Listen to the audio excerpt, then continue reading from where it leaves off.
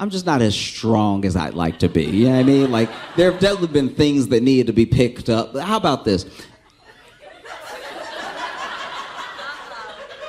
Very few people in my life have ever asked me to help them move. That's how you know you come off a little anemic to your friends. You know what I mean?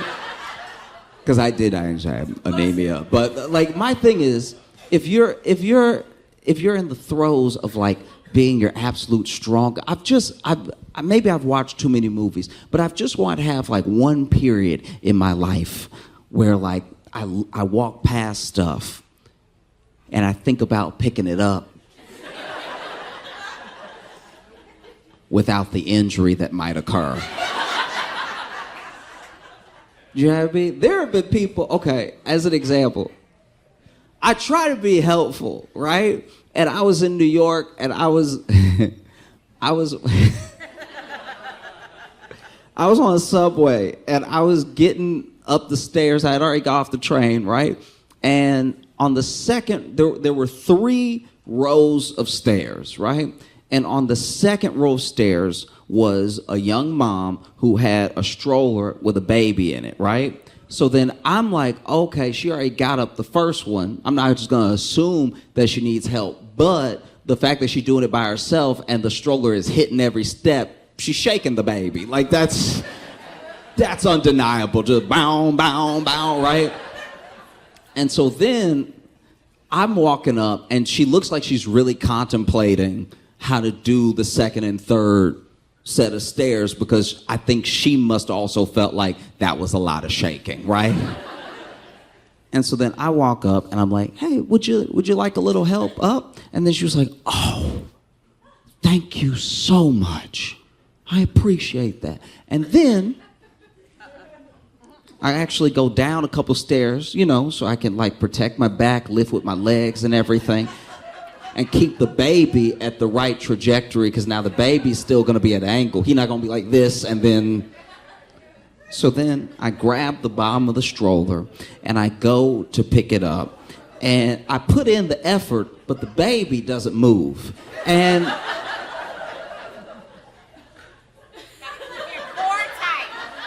I cannot tell if the stroller is made of titanium or if this baby is secretly 12. Like, because this is what's so embarrassing about what's happening right now, is that I have 2 people, one of which doesn't have object permanence yet, but 2 people who know exactly what's going on. They know that I've now offered to help and I cannot help. Because as I'm really, like, did you ever see The Sword and the Stone? It was...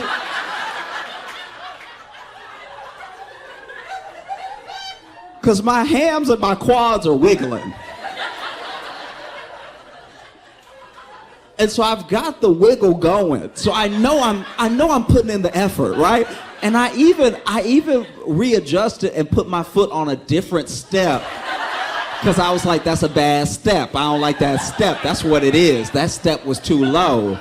It wasn't doing my legs any justice. Let me get up another step. So then I put, but this is a worse position to be in, right? So now I'm lower, and now I'm wiggling. But the thing, okay, so I'm wiggling so hard, and then I look up a little bit, and the baby is like.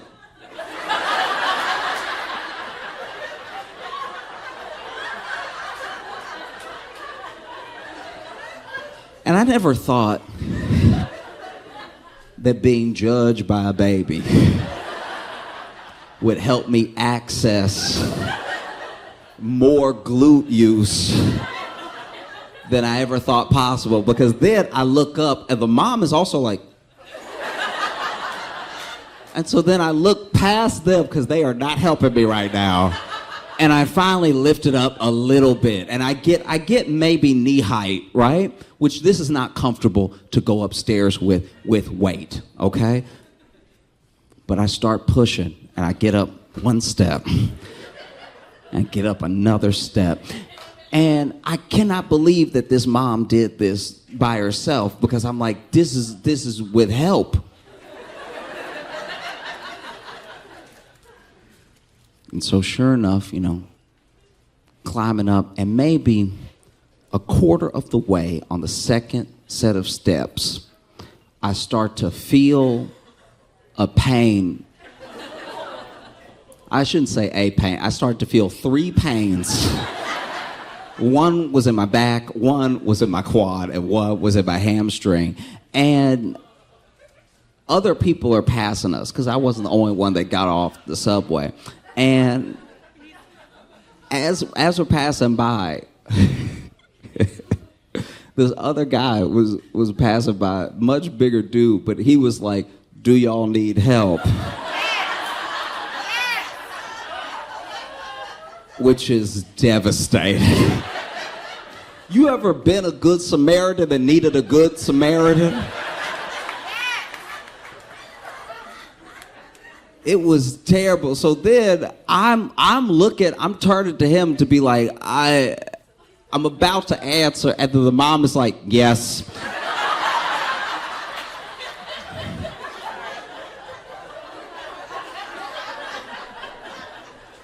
And so then this dude, with one hand, moves my hand and starts to take up some of the slack, right? And in my head, I'm like, all right, it's going to be the 3 of us together. And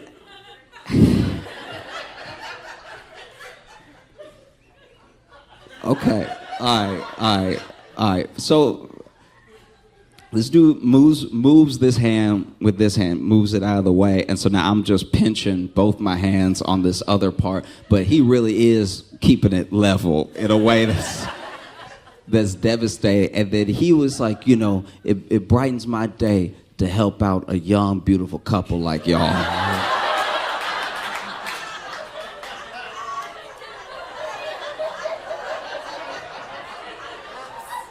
Which means that as he was walking up the steps and got level with me, he was sure I couldn't carry my own son.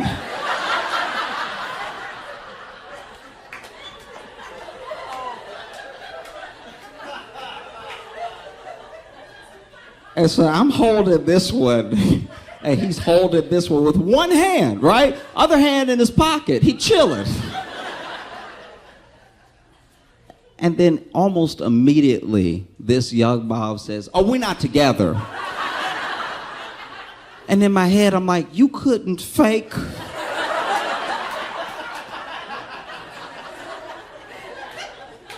You couldn't save me the embarrassment for 17 more steps. We don't know this man. I don't know you. We're not together. And so then he goes, "Ooh, oh, okay. Well, we all try to make things work the best way possible." Now he thinks I am an absent father that isn't able to carry my own son.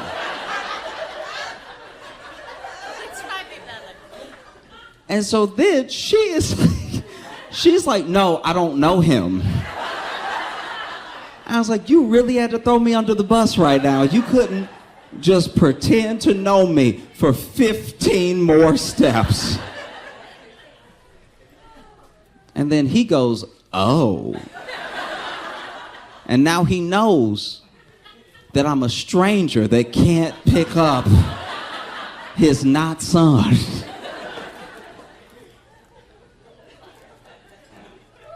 And I try to help people and everything, but this is too embarrassing. So after about the 4th step, I was like, "Hey, I'm late."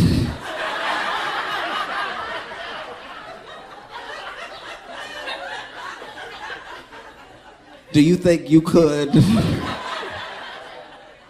And then he was like, "Oh yeah." And then both hands, and I walked up the stairs by myself and then ran. When I got to the top, I did not want to be seen again. That terrible. How are you gonna, we not together, no, I don't know him. How are you? Just trying to be helpful.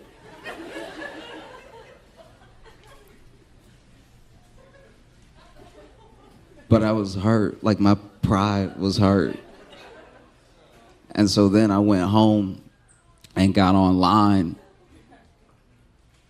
and Googled the weight of that stroller, because I was like,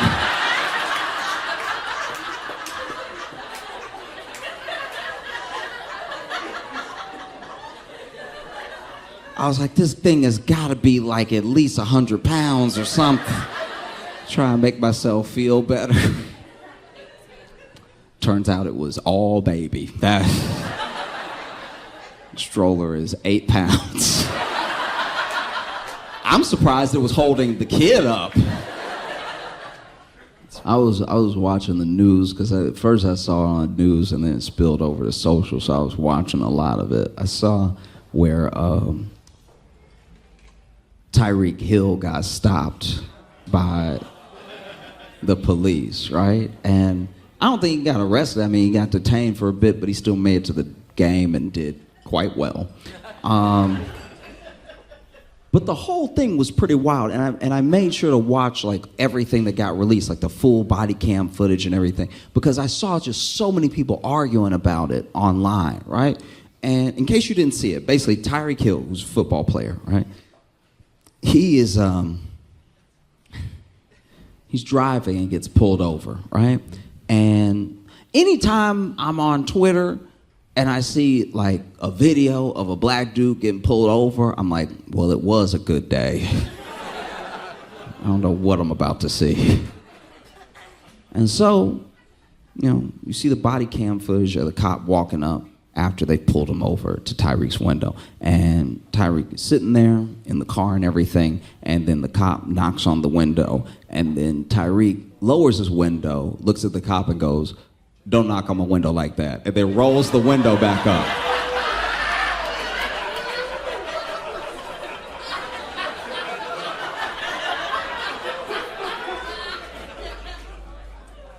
And as an African American audience member, I was like, uh-oh.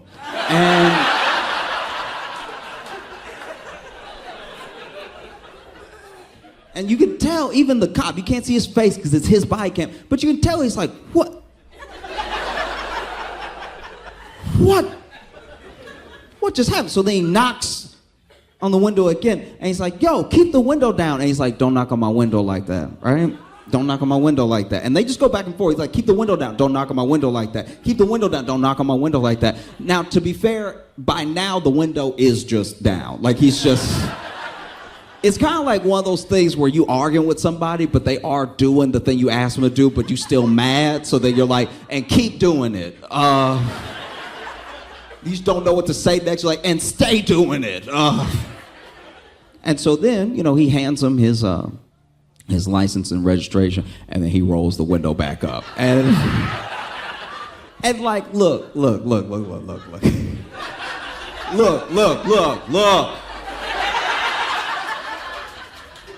Rolling the window up on anybody. I've never seen a respectful rolling of the window up, right? Like when I've been out and I've been in situations and I roll the window up, it's very clear what I mean, right? I remember one time I was with my friend Mike in Chicago, and he was giving me a ride home from a show, and there was this one dude that was in the street, middle of the street, and you know, we had a pretty clear, we were in Chicago, and so we're going down like that Argyle area and everything, and we have a pretty clear street because it's so late at night, right? And it's it's like maybe 2:30 in the morning because I had a late show and I stayed to talk with people and stuff like that. And Mike is giving me this ride back, and we've got the windows down and everything. But then we're at a red light, and we see a red light away this guy who's been in the street, and we could tell from the distance, is just running in the street, no shirt on, everything. And then Mike just goes, let me roll up my window because this nigga is making me nervous. Rolling up the window is not both like a power move. Sometimes it's also a move of like, I really don't want to look at you right now. And so the cop knocks on the window again. He's like, hey, keep the window down. And then Tyreek is like, yo, just give me my ticket so I can go, right? And as an African American audience member, I was like, oh.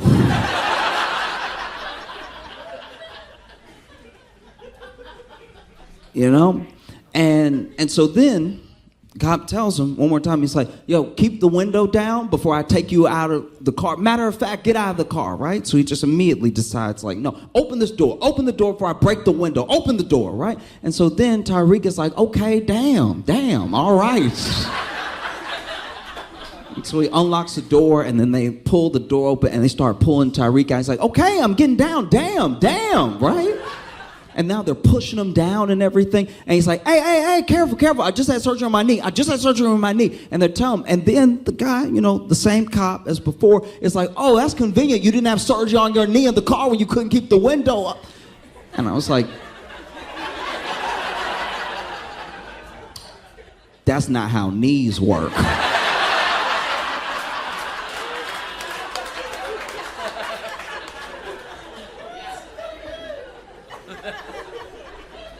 And so they got Tyreek down flat on the ground. I can't remember if they handcuffed him or they zip tied him or they just had him with his hands right here. And you gotta keep in mind that this is all for like some speeding. Like if you're speeding and they catch you, they just arrest you because you're speeding that much, you know? Like if you're going the speed of the temperature in Arizona, you're just...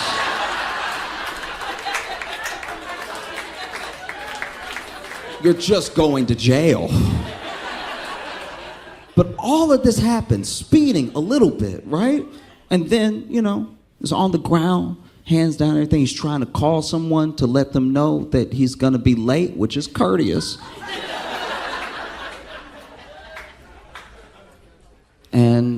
And then, you know, I don't know when in the sequence this happened, because then this is from a different angle, but I watched something that was fully put together, right? So I don't know if this one was on police body cam, but this was just like a part of the footage. And then, you know, Tyreek said something along the lines of like, yeah, another black man trying to drive in America, right? And then the same cop as before says like, oh, I'm Cuban, don't play that shit with me, right? Which isn't quite... like, I see where he was trying to get, but no.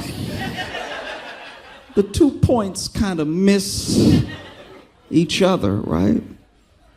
And then, you know, there was another player who had stopped his car and got out just to see what was happening, because he saw Tyreek's car, Tyreek on the ground and everything. And so then he's trying to call somebody, and Tyreek is telling him like, yo, call whoever. I don't know if it's like the GM or I don't know who he wants him to call, but he keeps saying the same name. So then that guy goes, okay. But then the cop sees that guy and goes, yo, you can't stop there. Get back in your car. You can't stop there. Get back in your car right now. He's like, okay, I'm getting back in my car. I was just trying to see what's happening. Don't worry about what's happening. Get back in your car right now. Drive off, right? And he's like, okay, and even as he's moving towards his car, the cop was like, you know what? You too. And then takes him.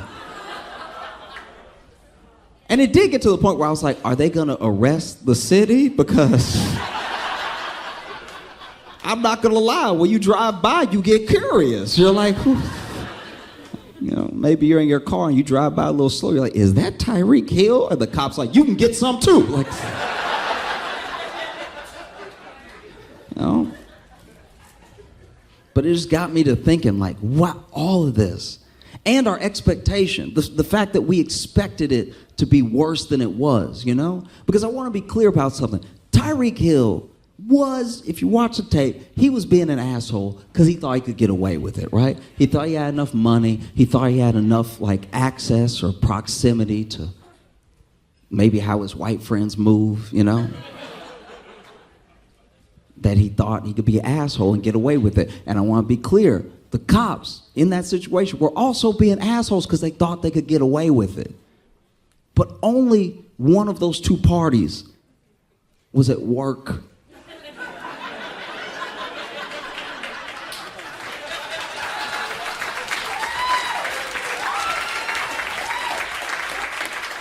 Do you know what I mean? Everybody has a bad day. Everybody can't be perfect, and some people are assholes through and through, right? But being an asshole isn't illegal. One of those parties has a gun,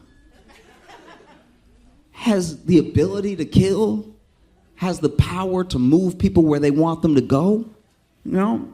And it's a terrifying thing, because my thing is like, take race out of it for a second, right? The way that the police are allowed to move is what creates the expectation. It just happens to get to a certain place with black people more often than not.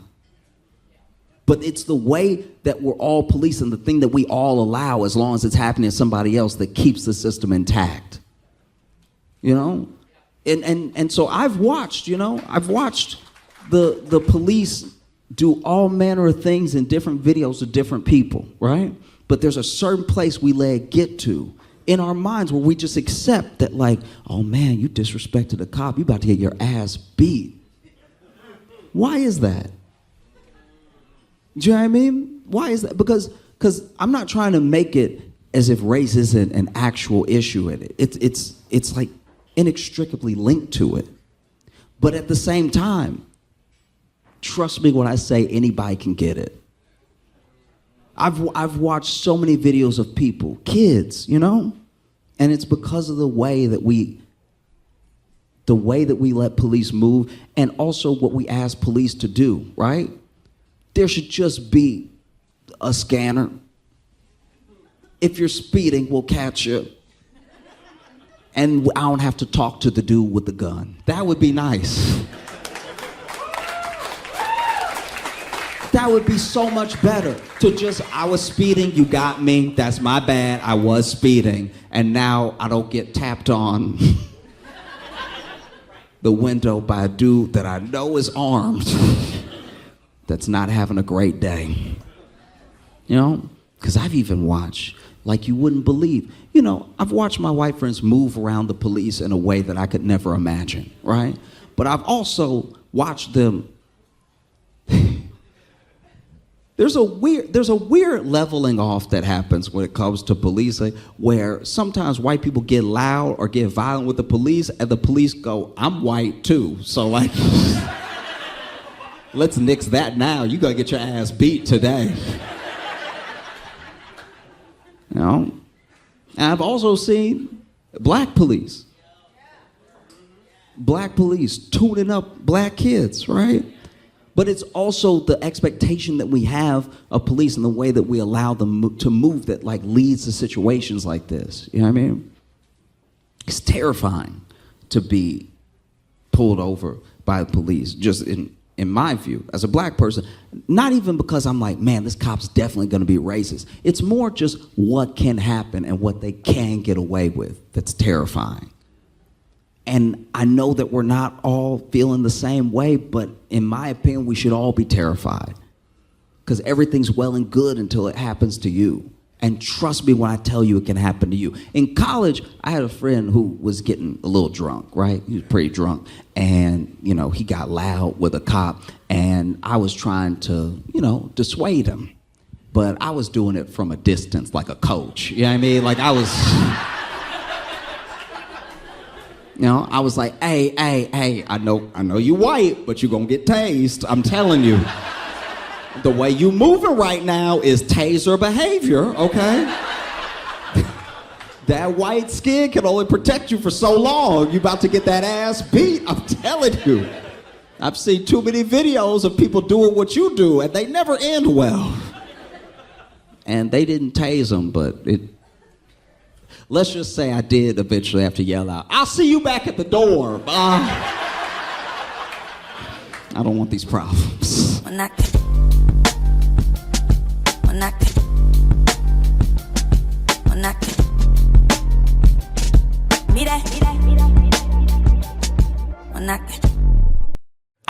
I've fallen down a very specific rabbit hole where basically I have been reading reviews like it's an addiction. I've been reading reviews from people from other countries, Okay, so they don't live in the US, but they come here from all over the world. And I have been reading their reviews of having Doritos for the first time. And y'all, I think we did crack again because when they come over here, it's people from France being like, I had one, my friend offered me one, and then when I looked down, I don't know how much time had passed, but there were 6 bags on the ground. And this is my thing, like, maybe what we are doing with Doritos is bad, you know what I mean? Because when you read the back of a bag of Doritos and you look at the ingredients, they all are words longer than what should be in food. If you read the back of a bag of Doritos, it looks like the recipe for meth, right? It's just a lot of propylene glycol sounding stuff and everything. So no wonder they come from around the world. They come from Europe, Asia. They get addicted and everything. It's sad to watch. It really is, because then they're in the review, they're like, I just ate so many and I couldn't stop. And then if you're reading it as an American, you like, yeah, like this isn't exactly news or anything, you know? If anything, that's on you for getting 6 of the little bags. You should have got a family size bag. You know what I mean? If it's just you eating by yourself, you get the family size bag. It is fiscally irresponsible what you're doing right now. Just getting 6 bags of the little ones like you gonna stop or something. You can't control yourself. You're in it now. You know? And sometimes I see him. Sometimes I see him over. I'm like,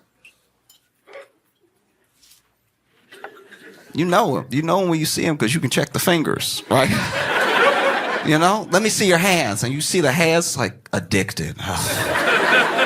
What a shame. Because no other country lets their companies do to the people what we let the companies do to us as far as ingredients. Like, we're like, man, it's very good. It's so good. It is good. It's not good for you, and it does have a taste that should not be in a human mouth. And I can tell that because people who have been alive for a long time are like, I've been eating forever, and I've never eaten anything like this before. It's taken me to a place I don't know if I want to go to.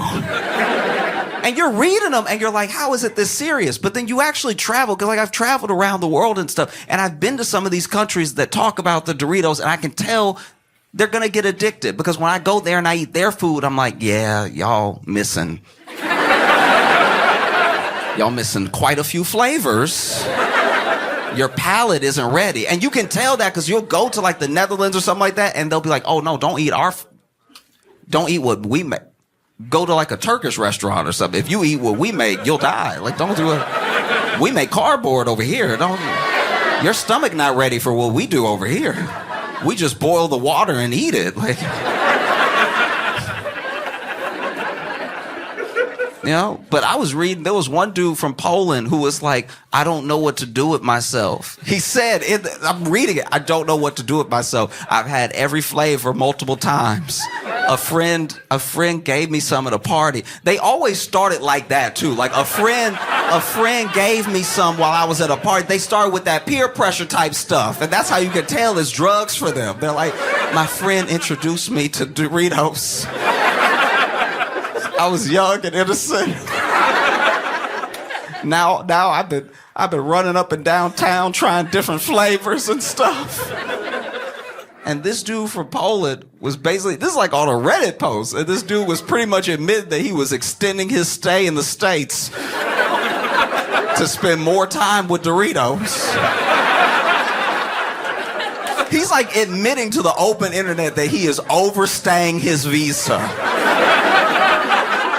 to eat as many Doritos as possible. He is risking ever being able to return to the country.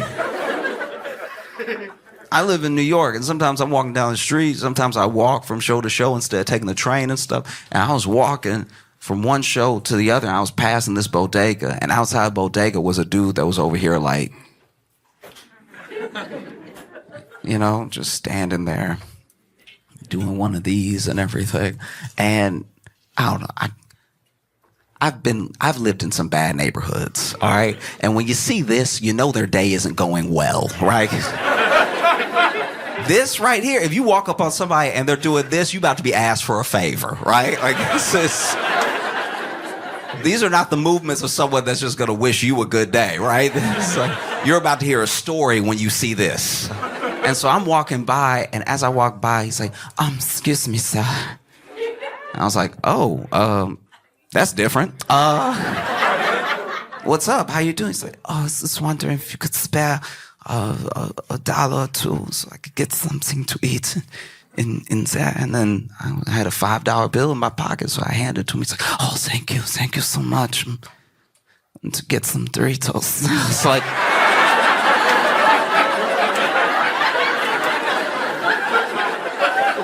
I'm an enabler.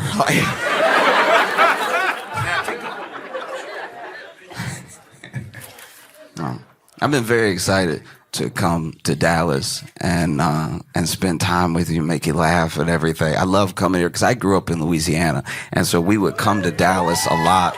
Yeah, didn't tell you which part. And I would visit, Dallas sometimes growing up and stuff, and the thing that we're known for in Louisiana and in Texas is just amazing food. Right?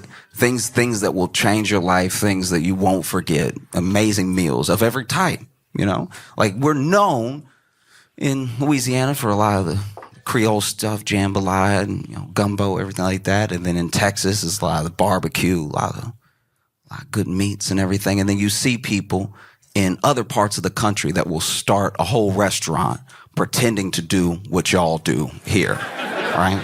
Like pretending to be the same. And then you'll go there. You might even walk into a, real Texas barbecue restaurant in Pennsylvania.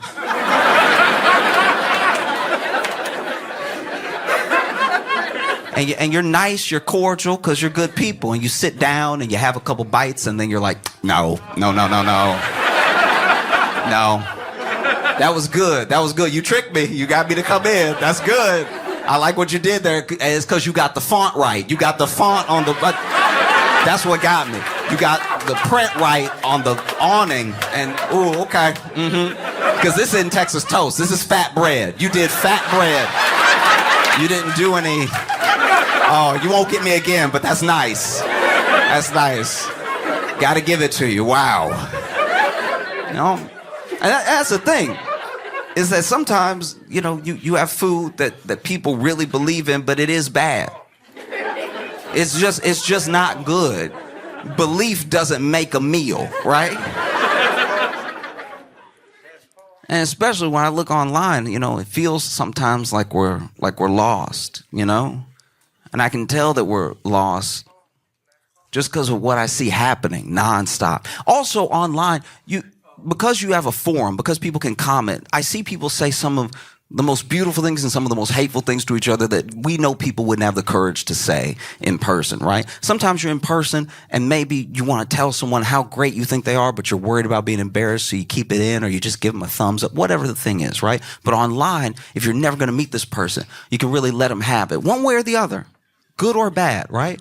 And so I've seen some really hateful comments that I know people wouldn't say if they were in person with the person, right? And when it comes to cooking TikToks, I think some of this hate doesn't go far enough. I think that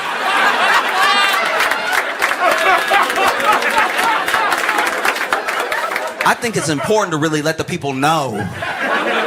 You know what I mean? Because you watching whole nasty recipes be made and then people just commenting the vomit emoji. It's like, no. We need to get into their personality. We need to get into their upbringing. We need to get into why they thought this was a good idea. Because they love to do it. They love to make nasty food and then film themselves, no shame, film themselves making the nasty food that should be illegal. The police should be kicking the door open as we speak.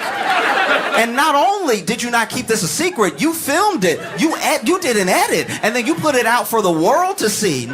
You self-incriminated for no reason. And all this nasty food is somehow world famous, or it's Nana's. Stop putting bad food on your Nana. Don't do that.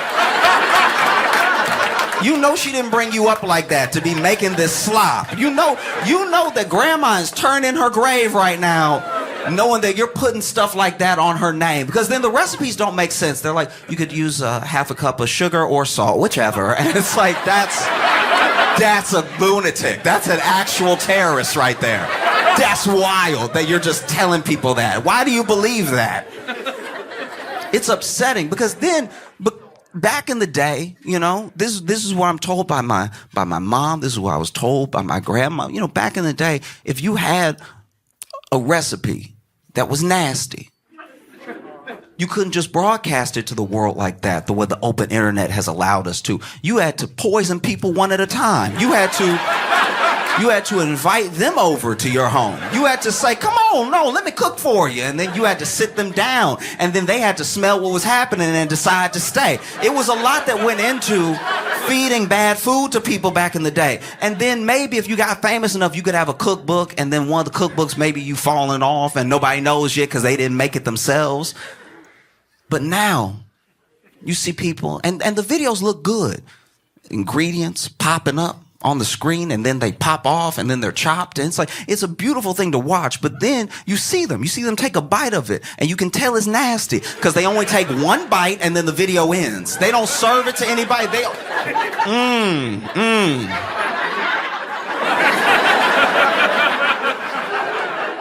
Because you know you've been invited to someone's house that thought they could cook but couldn't.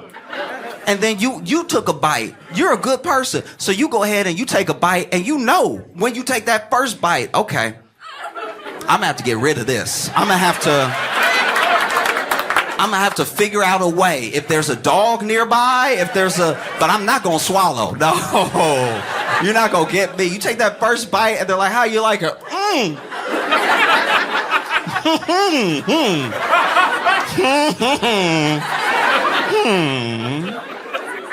Oh, you can tell you made something nasty if somebody take a bite and then can I be excused real quick? Where's your bathroom at?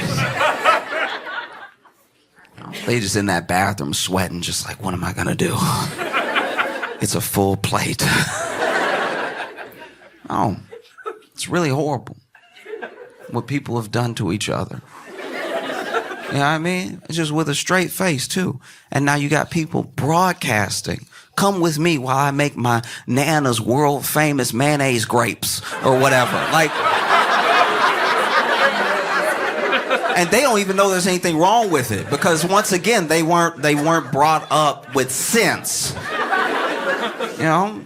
The amount of times I've been brought over to someone's house, and look, if anyone goes to the trouble of cooking for me, I appreciate it. You took your money, you bought the ingredients, and maybe you messed it up, all right? Maybe that's what happened, but I still appreciate the effort, right? As long as I don't have to finish it, you know? Because the amount of times I've been invited to someone's house and been fed shepherd's pie.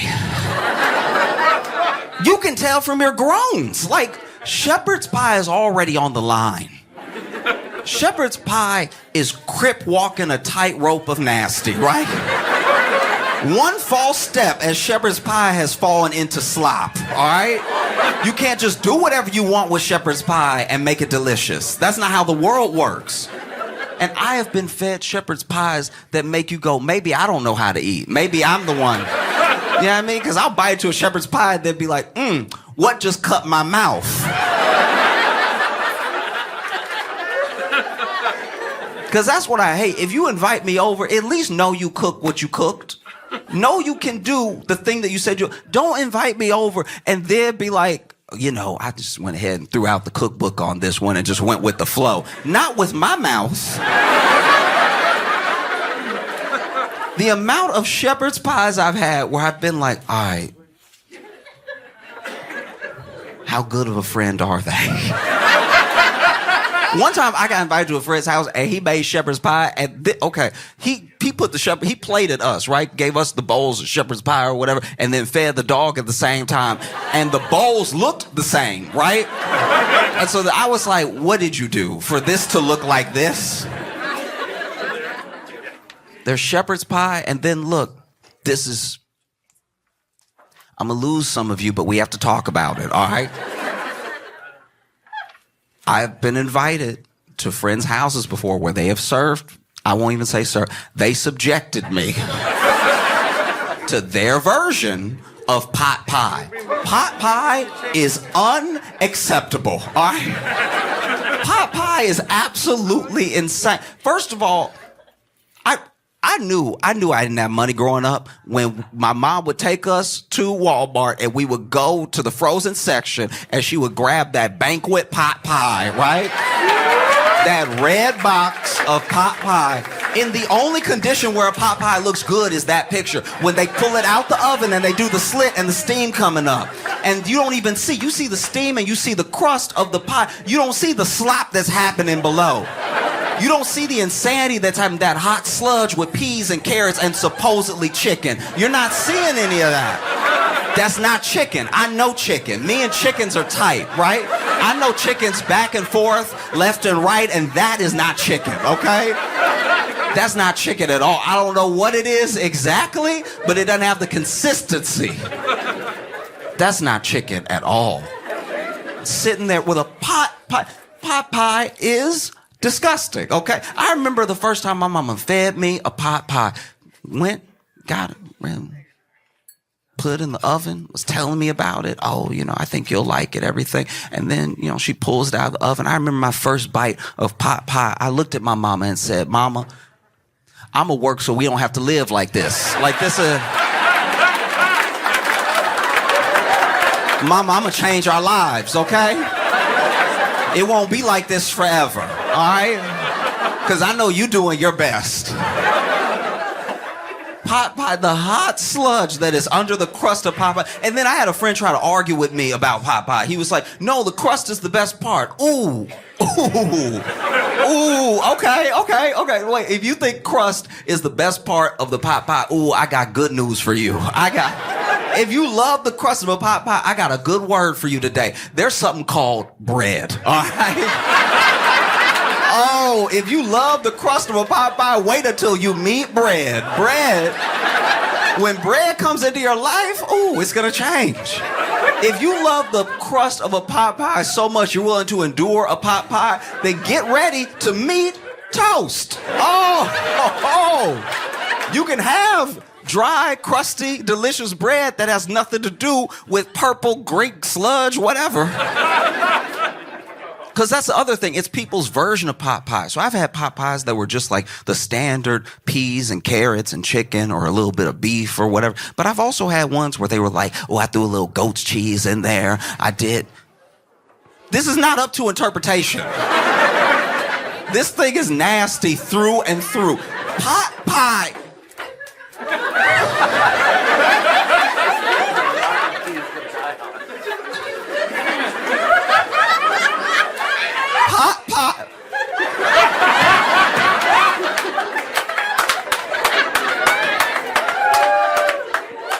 Pot pie is white slave food, all right?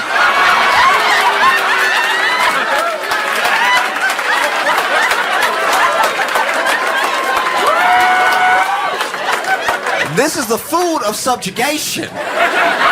This is the food of fiefdom, all right? Pot pie makes sense if this is the 1600s.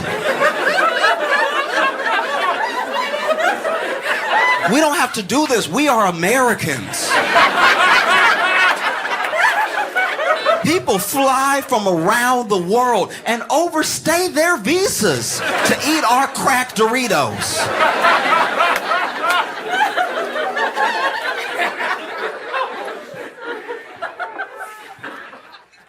I've been watching so much news, which is depressing. It's like they don't tell you about the good stuff. You gotta go find the good stuff on your own. It does feel like, I'm not gonna speak for anybody here, but it feels like, for the most part, I think I feel the way a lot of people feel, which is a sort of disillusion with some of even the process of politics, because we've become accustomed, because we have more access to information than we've ever had, and because we at least see ourselves as more discerning than we've ever been. We feel like we can tell when someone is lying, right? And we've all known and accept that politicians lie. It's to the point now where we don't even really judge who we vote for off of who lied the most. We judge it off of like how many people accidentally told the truth. You know what I mean? Like you look down the ticket and you're like, he got caught in that hot mic. I like that. That was a good one. You know, and I get it. It sucks not just to be lied to, but to when you're lied to, you know, and when you figure it out, you see the manipulation that was at play. And if someone's trying to manipulate you, they don't respect you. They don't care about you. You know what I mean? Even when they say they're doing it for your own good, it's like some of the things, let me decide, right? So we don't like when our politicians lie to us, but I don't know if we really want them to tell the truth either. Imagine a local politician, or maybe your country's representative coming to you and just being like, no, we're it's bad. It's bad. I don't think we can recover. This is beyond repair. Doesn't feel great because that sounds very true. I hope you're lying. Some people, offer up the truth even when they don't need to. You know what I mean? And sometimes that's a noble thing, and sometimes it's a very dumb thing. Sometimes it's just an odd thing. Like RFK told the truth this week about... I'll back up. In New York City, in Central Park, in 2014, there was a bear that was found in Central Park. They're not native.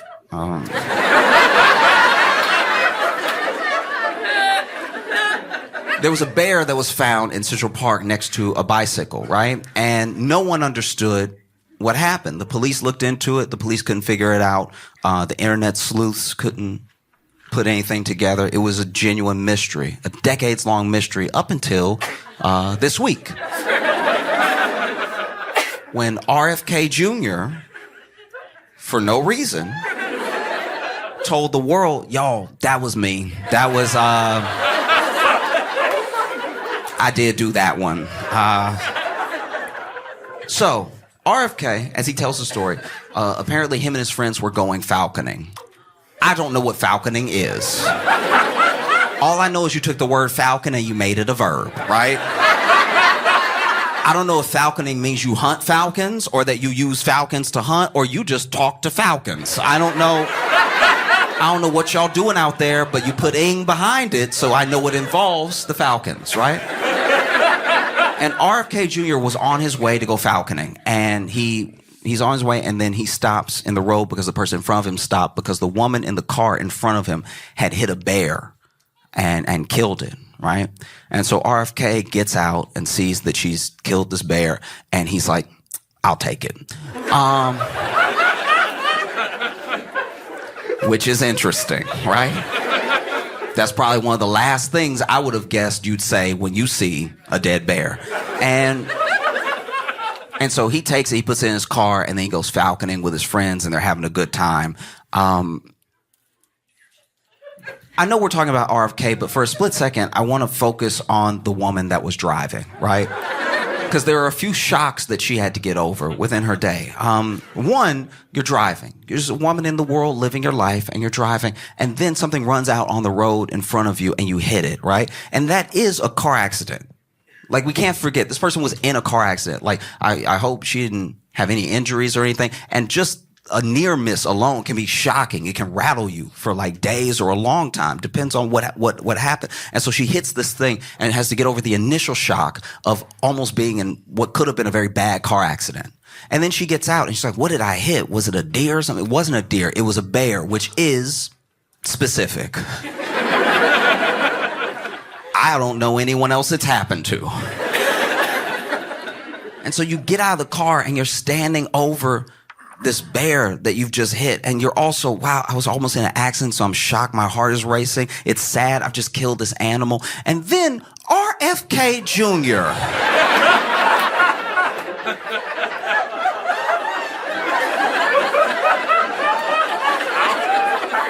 walks up to the other side of your car and stands over the bear with you and goes, I'll take it. Like you were selling it at a yard sale. And so RFK Jr. went falconing with his friends, and they were falconing for a while, apparently. According to him, they were having a great time. So I don't know if the birds were extra talkative that day, or I don't know what was happening. But they were like, you a falcon, you a falcon, you a falcon. And then the falcons, I guess, were like, blah, blah, blah, like I don't know what noise they do. I don't know what they do. But, you know, he's over here falconing. And then they go to dinner, right? Where I'm sure they ate a different type of meat. And he's talking to his friends because the reason he took the bear was to skin it and eat the meat, which I didn't know was an option. I didn't know that bears were running around just big-ass chickens. I had no idea. And so, you know, he's talking to his friends, and he's having a great time at dinner, and then he realizes, I actually have a flight. I can't keep this bear in my car. And apparently throughout the entire meal, when he's talking to his friends about the bear being in his car, no one went, what? That never happened. Didn't occur at all. And maybe that's just how they roll as friends. Maybe RFK had a bear in the back and his friend was like, I got 2 giraffes. Like, and you know what it's like when you get 2 giraffes in the back of your car, they get all knotted up and everything. You gotta take them home and then unwrap them like some headphone cords, you know? And so then RFK decides that, you know, he obviously can't keep the bear in his car, and he has a flight and everything, and I guess no one else wanted the bear. And so he went to Central Park, and as a joke, this was like a prank that he was doing, he left the bear with a bicycle that he also had to get rid of. I don't know how big his vehicle is. How big is your vehicle that you got a bear in there and you have a bicycle at the same time? So then he leaves the bear and the bicycle in Central Park and then goes and has his flight and goes wherever. And the next day, no one really got the joke. Like, no one really... The next day, everyone was mostly confused. They were like, so... did someone hit the bear with a bike?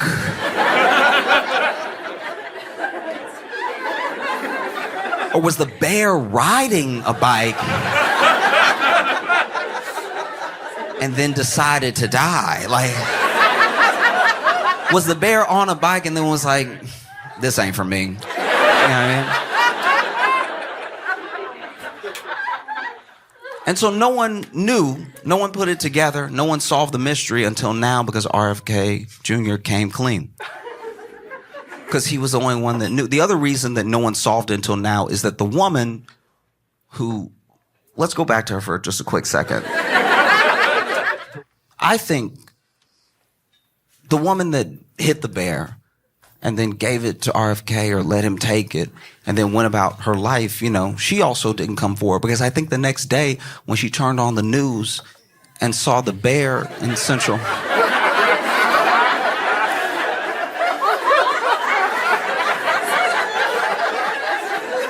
she had to have been like, nah.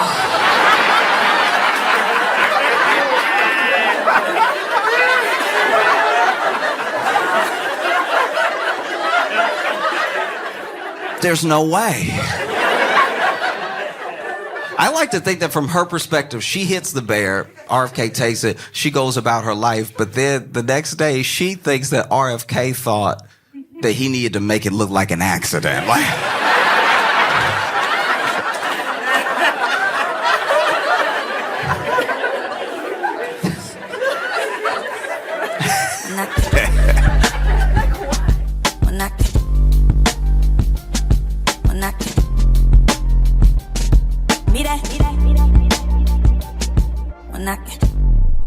Okay, so you've been farted on. Gotta say, that's a first great reason. It's a first great reason to hate dining outside New York. Mm-hmm. Is there any other reason? Because you keep talking about the elements. Has anything happened to you elements-wise? This did not happen to me because I was inside. Okay. But I saw outside that a bike messenger, at least he looked like a bike. He could have been seamless, but a bike messenger completely totaled a table. So he was not looking. No. And like this dude, okay, this, I don't know. I don't even know if I should be laughing about this because everybody seemed genuinely hurt. But he basically, this guy was coming out of nowhere. And in New York, there are bike lanes, but there aren't enough bike lanes, and the bike lanes aren't everywhere. So sometimes, they're not consistent. They're not consistent. yeah. So sometimes someone, especially if you have a certain route, as a cyclist, you get on the sidewalk. This person clearly was turning from a street with a bike lane to a street without one, and was not looking ahead, was probably looking sideways or maybe looking for the bike lane or whatever, where it was going to continue. Because Behind them, they're being chased. to be fair, there was a van. Like this is what ended up happening. There was a bike lane, right? This person was in the bike lane. At the turn, like at the intersection, there's a parked van that they would have either had to turn more into the road to pass or mount the sidewalk to pass. Okay. Gotcha. Yeah. When they mounted the sidewalk, whether they were looking at the van or whether they were looking to see if the bike lane was there, they mounted the sidewalk and then just completely ate up this couple that was sitting at a table outside. Damn. Like it was really bad. That's like a like the that's person, like a movie stunt.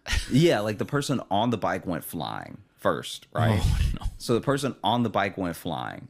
Then the person that they sort of flew over just slid more onto the table. Then the person that they flew into fell back with them. And so the person that they flew over that's like pushed into the table just falls sideways. So then all the food falls on that person. But it was one of those things that when you see it, you immediately think that the cyclist is in the wrong, but then you see the van and you're like, all right, well, I don't think that should be there because no one was in it. Oh, Someone just parked their van, like, you know, kind of in the intersection almost. But yeah, like, just imagine you're at a restaurant and the table explodes. I was gonna say, like, yes, it sounds bad. It sounds like everyone got hurt, but golly, I bet that'd be great to see. Look. Oh man, that'd be so awesome to see. Sounds really bad. I hope everyone was okay. Can you imagine? Okay, this is what it looked like. Do you remember the Spider-Man movie from 2001? Maybe the one with Tobey Maguire, the first, the original Spider-Man. Okay. Yeah, the original Spider-Man. Remember, I think it's in the first one or maybe the second one, where Mary Jane's talking, his spidey sense tingles, and then he grabs her, and because Doc Ock, it must be a second one, because Doc Ock throws the car into the coffee shop. Yeah. Okay, imagine that, but if nobody moved. Because the cyclist came crashing into them. And there was no superhero sequence where they dodged anything. Every plate hit them. The cutlery hit them. Every knee was scraped. Like it just, everyone flew too much. Everyone, because the cyclist flew so much that I was like, let's make sure he's moving. You know what I mean? Was this a scene for something? Was this a stunt chase that happened here? Yeah, and then the person who got hit from the back, they fell like Family Guy style because they also had like a bent knee and okay. So not only they always have that arm hanging like behind them or whatever. Yeah. So for the people just listening, just imagine a person is on the ground and a table is sideways, but the tablecloth is on them, like tucking them in. The tablecloth has fallen on them with the plates. And they're not moving right away. Everybody is as hurt as they are surprised. Dude, this was like genuinely, I thought I had seen A death? You thought? Yeah. I thought I had genuinely seen someone like messed up for real. We're always flirting with it. Yeah. The Josh Johnson Show, flirting with the afterlife. That's what we are. Because the way that everyone fell had to be like the sloppiest way you could fall. Because also these weren't like young people. Yeah. You know what I'm saying? Like these weren't. I do know what you're saying, and that's the last detail that I didn't want. Dude, that like these people look like they only got two of those hits in them. Even the cyclist was an elderly man. He wasn't that old, but he was like old enough that you don't want him to fall off his bike at all, right? like he didn't look like Biden on a bike, but he looked close, you know? Yeah. And so then the fact that the force that everyone got hit with and the fact that everybody flew, you know what it did to me though, why it was so scary for me is actually because of a misconception that I had. So growing up, bikes were made of knives. What? I said that bikes were made of knives. No. It's a misconception you had. I Jokes. have watched a lot of Law & Order SVU, right? And in one episode of Law & Order SVU, the way that they start the episode is this bike messenger who has been hired by a disgruntled parent who didn't get custody to kidnap his kid back, right? Tries to do that at the beginning of the episode. So the beginning of the episode is them in a park with a grandma and a kid, and then a guy grabs the kid and is trying to like run and get away, puts the kid on his bike. The kid's like, grandma. He's pedaling on the bike and he's got some speed, and then just crashes into the grandma hard, right? Now, later on in that episode, they kill the grandma, okay? So later on in the episode, they're like, oh, Nana didn't make it, right? So then I was like, man, can a person be on a bike fast enough to kill you, you know? And so when I saw that, even though I know that they'd have to be going Usain Bolt kicking levels fast to kill you, I still had a flashback of when I was younger and that bike messenger hit that old woman and she died in the episode. So when I saw the like table explode, because also like food is hitting the window. Right. So like there's little like dips that have hit the window and you're not sure what's sauce and what's blood, you know? Because you're like, did these people just explode? Because I can't see everyone. I just love that you had like, you had a flashback to a TV show. Yeah, because dude, I thought these people could die. I thought that you have PTSD about SUV, huh? Don't get mad. But you said the vehicle. Oh, I did say the vehicle. Yeah. We'll go again. PTSD from SVU. I think it's because SUV sounded better rhyme. It does rhyme, yeah. I think that's why my brain did it. That's why I almost didn't say anything. Yeah. PTSDVU. Jeez. But yeah, no, they like Miami. They got that was like hard to watch. And in my head I was like, man, this is why one of the other reasons why dying out. And I've actually, I don't know who I've told this story to. I think this is the first time I'm telling that story, and it's to you, because I don't think I've ever told Sally about that. You were really traumatized by that episode of Law & Order SVU. Hey, thanks so much for watching. Please like and subscribe. It really supports the channel. Hit the bell notification, because apparently it's the only way YouTube will tell you that something happened. And just tell a friend. That's the biggest thing you could do. Just tell one person in your life that you like, maybe you don't like, that this video happened to you. We release the podcast every Thursday on all the podcast apps, so you should find us there and subscribe on those and comment and leave reviews and whatever on all of them. And also, if you want bonus stuff, you can join our Patreon, patreon.com/Josh Johnson Show. We have bonus podcasts and videos and stuff there, and we'd love to see you.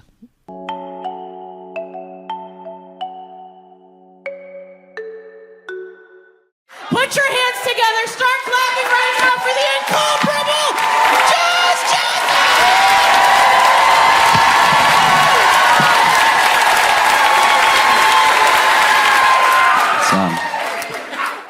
I've had quite a week still trying to distill all of my thoughts and feelings around the presidential debate.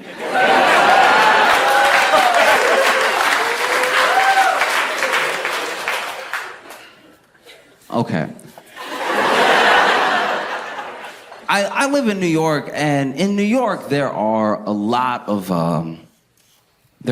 parks, and in some of those parks you'll see, it's like an iconic thing about New York, that there'll be somebody playing chess in the park, right? And sometimes they're just two old men playing chess or checkers. Sometimes it's somebody that's like, hey, I'll play anybody, I'm practicing for a tournament. And a lot of times it's somebody who's playing chess, but they're playing for like money. Like, you put 5 down, I bet you can't beat me, and I'll put 5 down, and we'll see. And then, you know, speed chess as well. They got the clock next to them, bow, bow, bow, right? And I've played before, and I'm not good at chess. And it's crazy how fast you can lose. Sometimes I'll be playing chess in the park, and he'll be like, checkmate, but it sounds like there's no way. Then I'll grab, I have a chess book, and I'll look at the board and look at the book. Like, damn, okay. That wasn't that many moves. I don't know what else I was supposed to do. You know?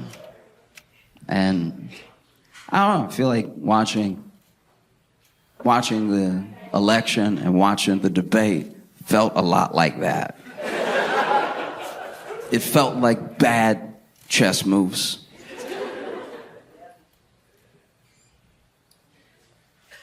We've watched a lot of debates that Trump has been in, and we've gone 2 for 2 this year with having remarkably historic debates, both of which were like, whew. You know what I mean? Like, you get done and you're like, whew. Felt like I was up there. And there was a moment in the first debate that was echoed in this debate. There was a moment back when Trump was debating Biden, and I've talked about it before, where there's a second there where Trump looked at Biden, and for a split second, he wasn't trying to be president. He wasn't even trying to debate. He was literally like, hey,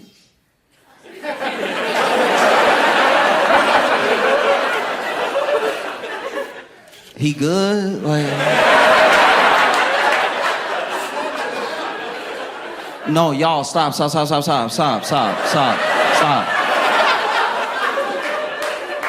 Is he good, though?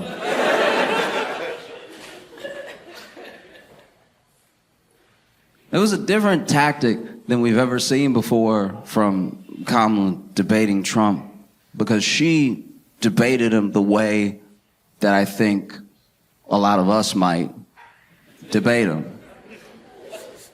You know? I'm not gonna speak for anybody in here, anybody listening to me. I don't know if you're like a political analyst. I don't know how involved you are with politics, but she debated him the way that I think we debate him sometimes in our heads, which is to be like, what did you just...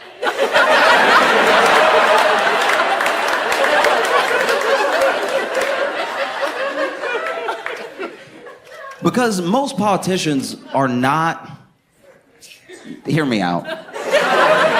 Most politicians don't behave like people. And when I say that, I want you to understand, I mean, maybe they care about people, maybe they care about getting something good done, maybe they care about forwarding their agenda, but they don't react to things, and they don't behave like people, like just regular people. It's why they feel fake, is because they can't just be like, oh, shit. You see, man? Do you see what I mean? And it's why people from 2015 on have gravitated towards Trump, because he feels like they would react. Like he will say, oh, shit.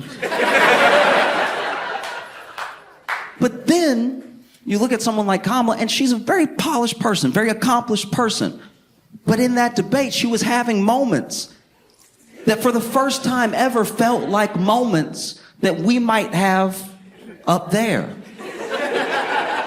Does that make sense? Like when Trump would debate other Republicans leading up to the nomination, or when Trump would debate Hillary or Biden, there was a sense of like, wait, are you not going to say anything about the thing that he just said just now? Why are you staring forward, acting like what you heard wasn't wrong? Why are you like looking to the moderators to fact check? There's nothing more exhausting than when someone who could be a good player is looking at the ref to be like, help.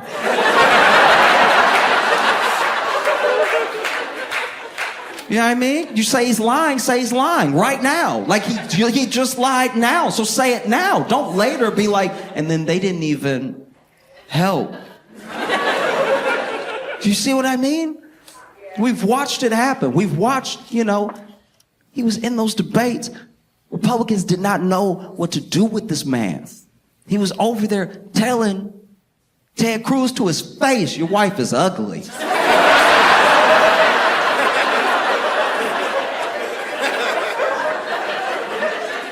And because Ted Cruz doesn't move like a person, doesn't react like a person, he didn't slap him in his face in that moment.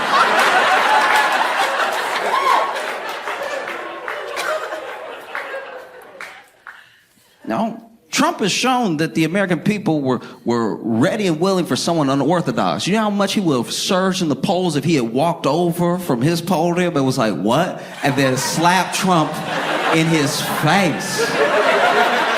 I know at least his wife would have liked it.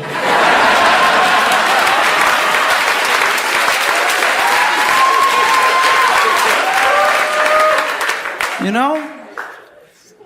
I don't even remember what he said about Marco Rubio. I just remember Marco Rubio looking littler and littler every day. Marco Rubio started showing up. I was like, is he 4'8"? Nobody knew what to do. Journalists didn't know what to do. Journalists were like, but you can't say that about the press. But he did it. What are you going to do? You know? And so now you watch this debate with Kamala, and we've all heard it and probably said it ourselves, that she baited him a lot, but he bit every time.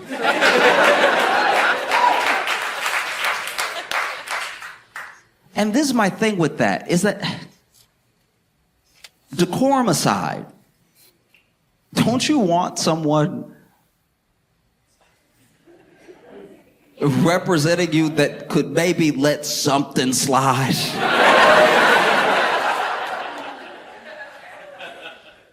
You know, it's got to be tough to be in the public eye. It's got to be tough to be and feel slighted all the time by lots of people that you meet that you don't know and they hate you. But also, you're here to do a job. You're here to do a job on the highest level. So a lot of people won't like you. No matter who wins as president, there will be people who are very upset. Do you really want someone who could be so easily irked?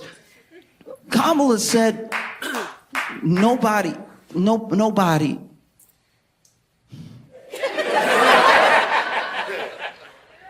Kamala said that people leave his rallies early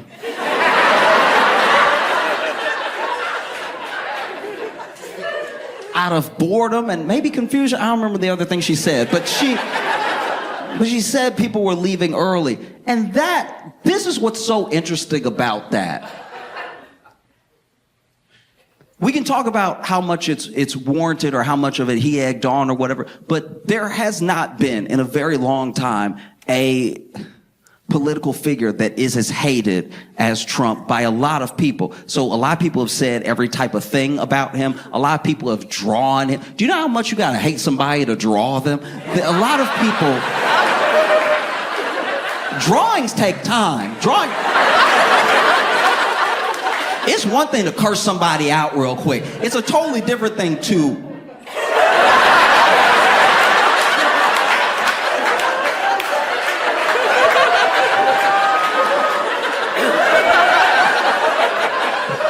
No, wait, I'm getting his ass. I'm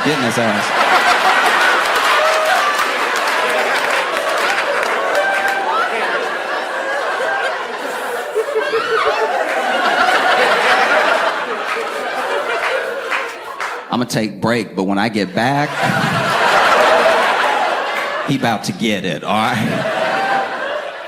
So all manner of things have been said to and about him, about himself, about his family, about how he behaves, about how he actually feels, about Americans in America, all of it. But this thing hadn't been said. And it turns out that this was the thing to say. This was the thing. If you're talking about feelings, this was the thing. And that's it. Look,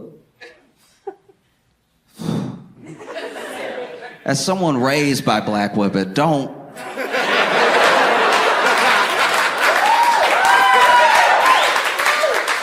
Black women know how to hurt feelings.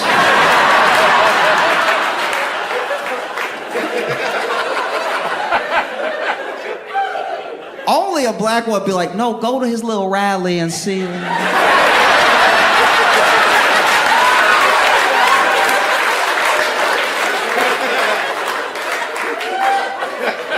That's how confident she was in what she was saying, that she told us to go.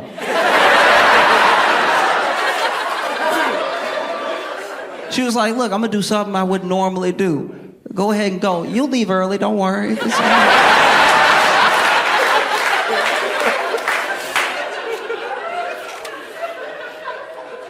That was the thing. That was the thing.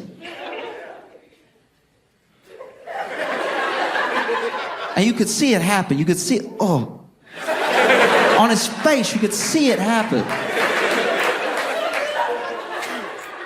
This dude who has held the highest office has been called a traitor. He's been called a Russian asset. He's been called all manner of things. But this was the thing. And it's because deep down at his core, even his supporters will admit that deep down at the base of who he is, Trump is an entertainer.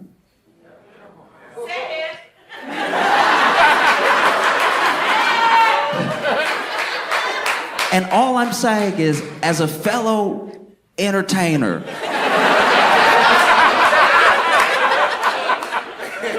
if someone had said, Josh, people leave your shows early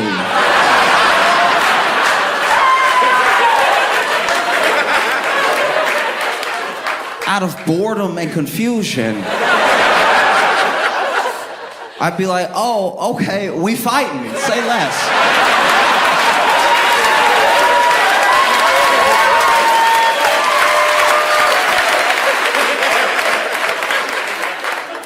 This was the thing. That was the thing that like broke through this weird armor. Because I've noticed that Trump specifically has a thing that has always kind of existed in politics, but has never existed to this degree, right? Where Trump has a filter created by his base, by the people who like him, love him, and everything, that he can say whatever he wants, but they will distill it for him for the rest of us. He'll say whatever, and then they will be like, what he meant was.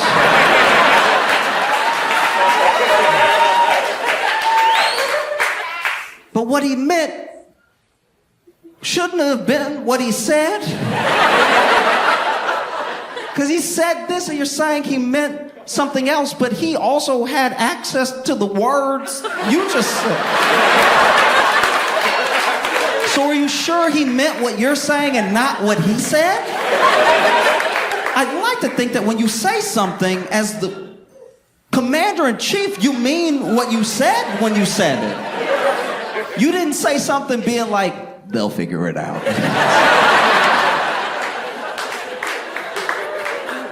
And because he has that filter, because that sort of buffer exists between him and like sound arguments and logic. I don't even mean that as like a diss. I literally mean he could say something and then it could spin out past something that he meant for real, right? Because as an example, that that's like Trump's vaccine. I know we forget that, and I've talked about it before, but that's like, as far as presidents go, as far as you getting credit for the things you do while you're president, that's Trump's vaccine. But when he tried to say, guys, we did it, we have a vaccine, and his audience booed, he realized what it's like. Oh, I don't necessarily control what goes out, even though I said it. I said you should get vaccinated, and then they booed me. So clearly, it's not like a one-to-one. What I say is not, it won't be exactly what they do. So now I'm also trying to figure out how to like keep them on my side, but win them over, but lead them. I think in that moment you saw him get really worried and confused, and he immediately backtracked. He was like, or don't.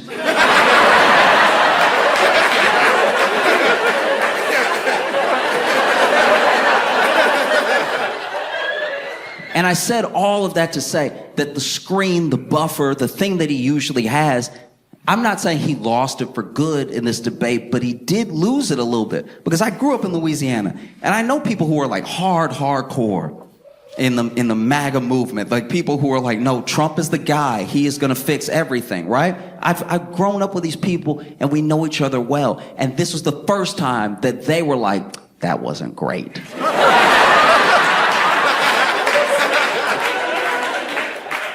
Because even in debates against Hillary, they were like, no, okay, he said the thing, and I know it's a good soundbite for you liberals, but like, this is what he meant. And the thing that they're saying he meant, which is what they heard, which is what they decided to hear, is a reasonable thing when they start saying it from their mouths. So now I'm like, oh, okay, if that's what you think, that's what he said, then I can see why you're still like really gung-ho while I'm more put off by what he said, you know? But this was the first time that there was almost like a shared language. There was like a shared reality around like, what's happening to him right now? And he started to spiral, and he said, hey, look, they asked him a question. I can't remember if it was about immigration or the economy, but they asked him a question that should have been a layup for him. And he was still like, can I address the rallies for a second?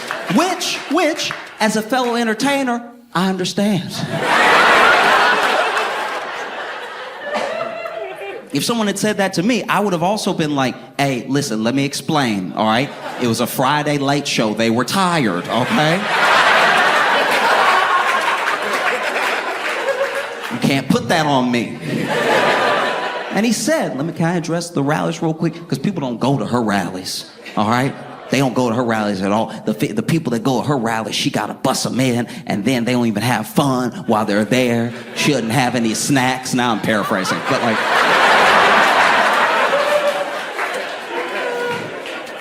But he did. He hit back with like rallies. They asked him underhanded. Should have knocked it out of the park, and he got distracted by rallies and crowd size and things that make sense as a priority if you're an entertainer. But if you're about to be the leader of the free world, they shouldn't matter as much. You know? And you could see him kind of spiraling after that, because he was a little frustrated by like this thing that broke through. Then that never happens. Trump is a very hard person to debate because people like him are very hard to debate because they're not trying to have a debate with you. They're trying to make you look dumb. And because Trump is like very good at making other people look dumb, he's very good at debating. You see what I mean? But this was the first time that he was like, what is she talking about? My crowd.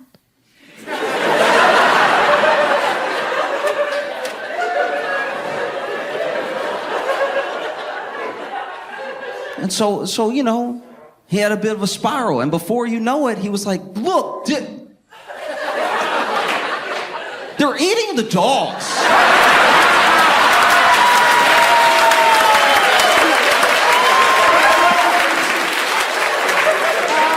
They're eating the dogs, they're eating cats, and you could tell in that moment that Trump wanted to say another animal, but he couldn't think of one.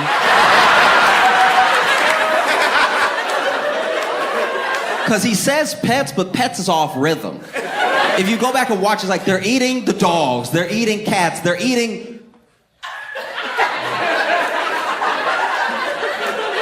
And you can see for a split second the wheels turn of he's like trying to think of, they're eating the bird. No, we all eat birds.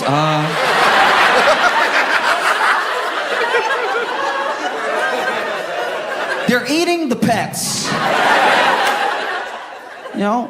And then, you know, Kamala does a thing, and it's a thing that we've done when we've been watching debates, when we've been watching rallies, when we've been watching them on the news. She does a thing that we've done before, that a lot of other politicians have not done on stage with Trump. She laughed at him.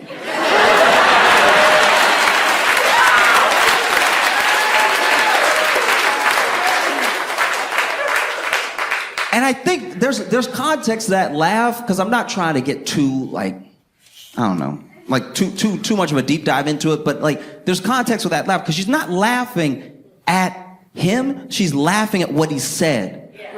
And that's really different. It's one thing to say Trump is a joke and Trump is a joke, and you could make the argument that the reason Trump became president was because Obama made him a joke.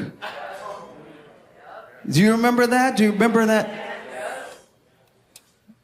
Obama made fun of this man and he just sat there quiet, you know? And then years later, he was like, peaceful transition of power, huh?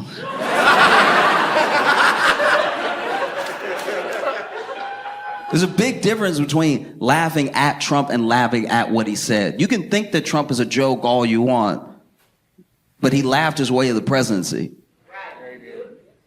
But then when you laugh at what he says, when you take the power out of what he's saying, that's a very different thing. You know? She laughed at what he said for a second. And then there was a second, it was very slight, but there was a second where she was still smiling, but she wasn't laughing. And then there was a second where she wasn't smiling and she wasn't laughing. And it was reminiscent of like, yo.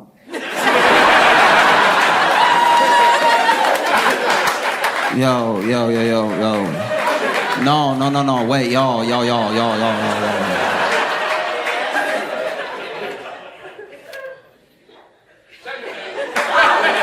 know? And that's my thing, is I'm like, I look at that, I'm like, wow, that's different, you know? It's very, very different. And the thing I've noticed in both these debates is that they're not even about who did well. They're just about who did the least poorly. That's what we get stuck on. Like, it wasn't even, last debate wasn't even about Trump performing well, it was about Biden crashing out. And then this debate wasn't as much about Kamala winning as much as Trump. They're eating the dogs.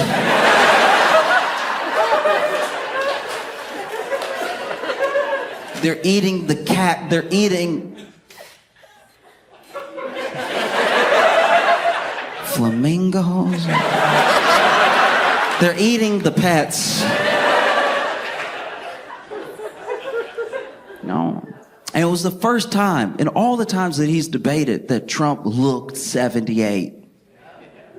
Because he's 78. And he's got a lot of energy, so we let a lot of those years slide. We don't feel like he's 78. You know what I mean?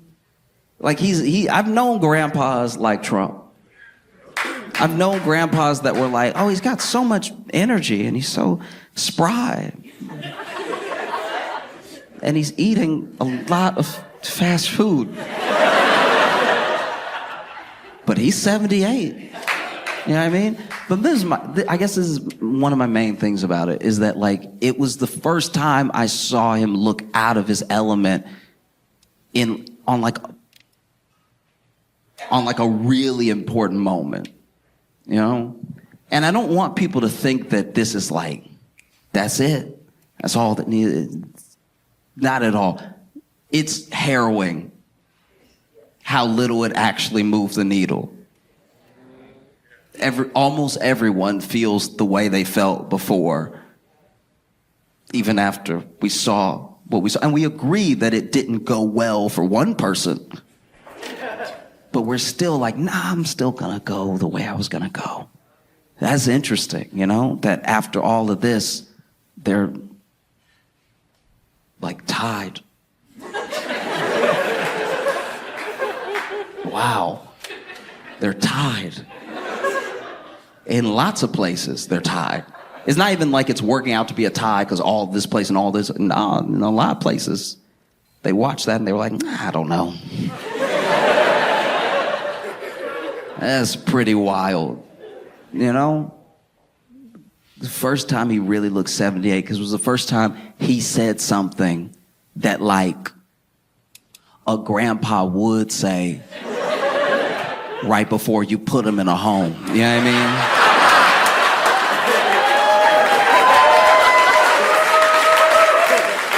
Because be honest, if you let a lot of stuff slide as like a child or grandchild, and then grandpa been living by himself. But if one day out of nowhere, and you haven't seen where he saw this on the internet, he just walks up and he's like, they're eating the dogs. They're eating the cat. You're like, okay, that's the last straw. I let you put the remote in the mailbox several times. But this is the one that I can't abide. This is, no? Because it really has consequence. And I think that we live well enough here, even though I'm not even pretending things are just phenomenal. I'm just saying, day to day, by and large, we do get by. And I think that when you get by, especially comfortably, it can feel like a game. You know, it can feel like something that doesn't matter as much. You know, and it can feel like something that you're just playing at. And I think that, you know, it's important to remember that all the things that these people say, these are very powerful people already, and one of them is going to become even more powerful. Everything that they say, everything they do has ripple effects. You know, they're eating the dogs. They're eating the cats. It's like a meme. It's like a thing that's starting up. But it's also, which is very, very important, because we did a thing back in 2014, and we've done it ever since, that I don't know how to fix it. I'm just saying what happened from 2014 on. Anyone online that was even all the way from like crazy people down to people who were slightly conservative, right? From 2014 on, were just called Nazis outright. Right? Anything. And even a question, oh, you Nazi, right? To the point where Nazi started to not mean anything. And when it doesn't mean anything, it's hard to make it mean something when like an actual Nazi shows up, right? And I want to be clear here. The thing that Trump said, it is a lie started by a neo-Nazi. I don't care how many people on Twitter try to find something to make it make sense after the fact. It's a thing that a guy said at a community meeting where he was specifically targeting the Haitian community, and he said that we will not be safe the more Haitians we let into it. That's also the other part of the soundbite. Outside of the dogs and cats, this dude was specifically saying, and he gets kicked out of the community meeting. That part also didn't make it into the viral clip, right? And so when people are saying, well, I saw, and they have these fourth-hand accounts of like my brothers, sisters, uncles, girlfriend has a cat that's missing. And they try to put stuff together. There's even a video going around of some people cooking a cat that's from a year ago and not in Springfield. And then that became like evidence. There's another picture of a guy that was walking with two geese that they said he was on his way to go cook, when actually it was found out that this dude was pulling these geese away from a car accident where they got hit, and that he's probably not Haitian. But even so, death threats, bomb threats, all of this horrible, horrific stuff has been happening to the Haitian community to the point where apparently, maybe this isn't true, but apparently even the person in the Facebook group that first posted about, oh, my niece's cat is missing, and thinking, She has even come out and been like, I never meant for it to turn into this. That was just a Facebook post. Maybe she was having a goof with a friend. She didn't think it would come out of the mouth of the former president in a debate where he was flailing. So all these things have real consequences. It's not a game, and we are not chess pieces, you know?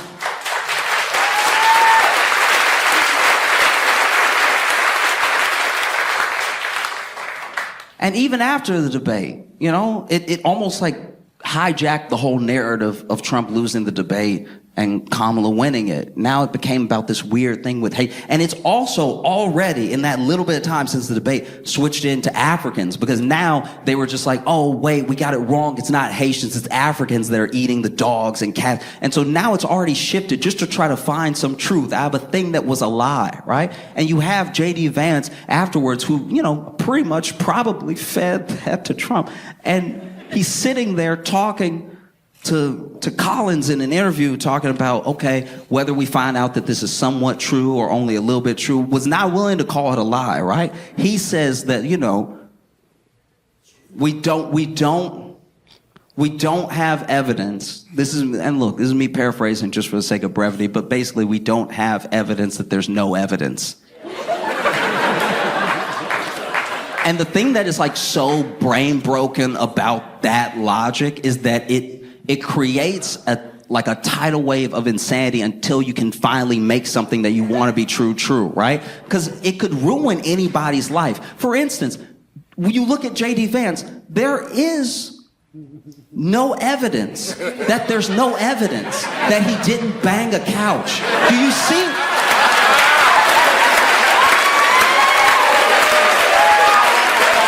Like, do you see how that's an unending thing? How it could ruin your life and never go away? How you can't even sit anymore?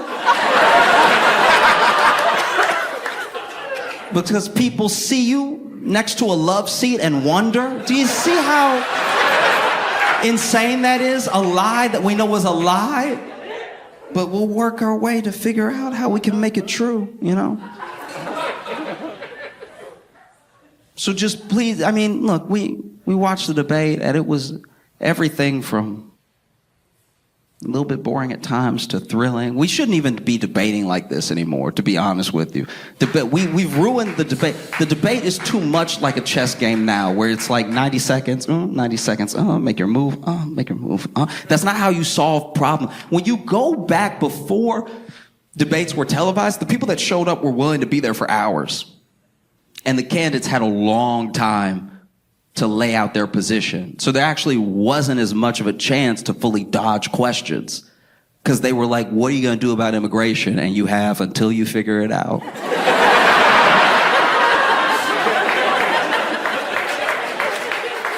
But when it's 90 seconds, you can be like, what are you going to do about immigration? Well, I believe...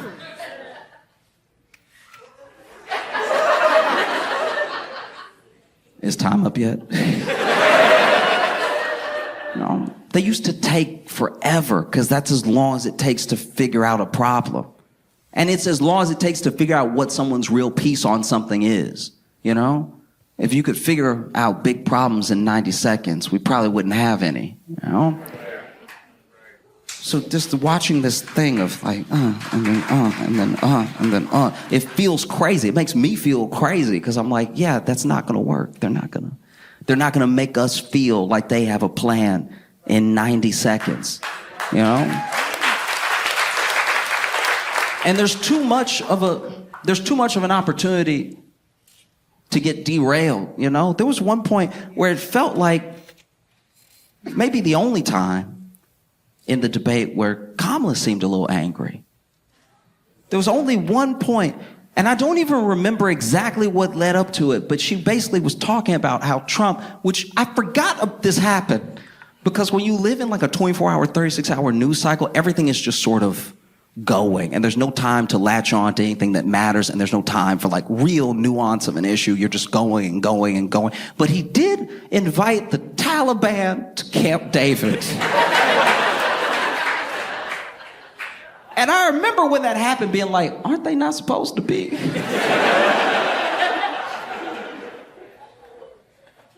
The Taliban. Okay. And I remember that moment distinctly because out of nowhere, Kamala turned to Trump and said, this.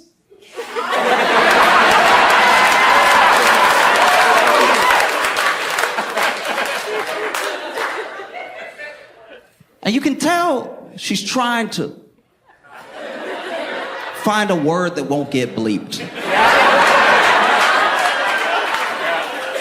And I know it because she had to reset. She actually closed her eyes for a second. This.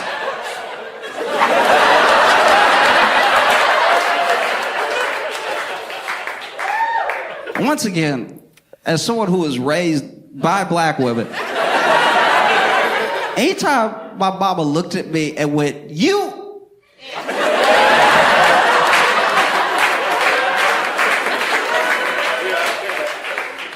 In her mind, she killed me.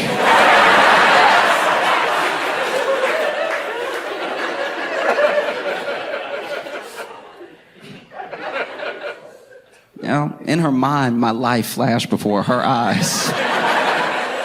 She would come back. This former president.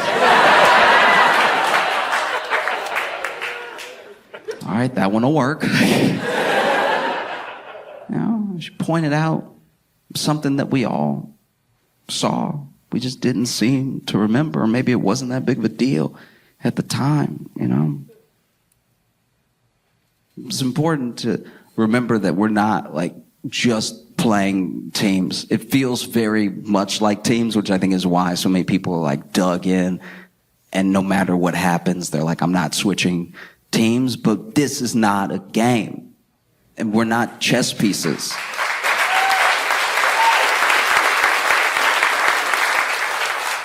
You know, it's very important. You register to vote. It's very important that you go vote and everything, because it's not going to be won by memes. You know, you can't like internet your way to fixing everything. You know, because I don't know. I don't know how everyone in this room feels or anyone watching feels. I just know that like I just want to feel comfortable with who is representing me out in the world and in front of the country. I want someone who is willing to maybe move a little bit like I would move. Maybe play chess the way I play chess. And I'm not even good at chess. You know, I just, you know, we all, everyone, no matter where you fall on party lines or anything, everybody wants somebody with a plan. And they asked them.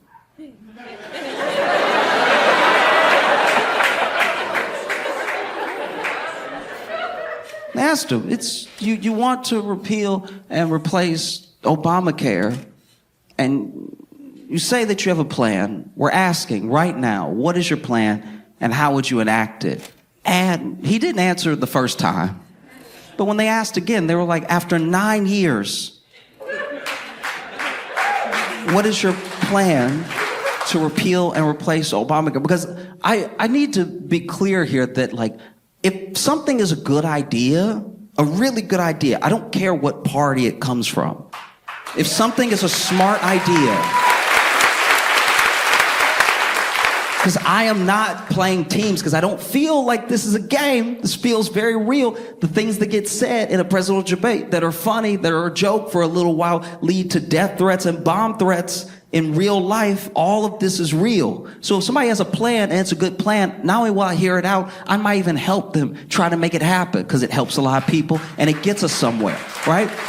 And so they asked him, after 9 years trying to repeal and replace Obamacare, what is your plan? And he was like, look, I have concepts of a plan.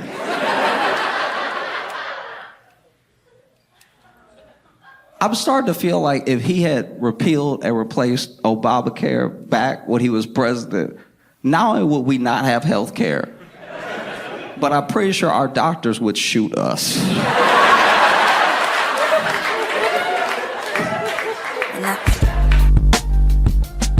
When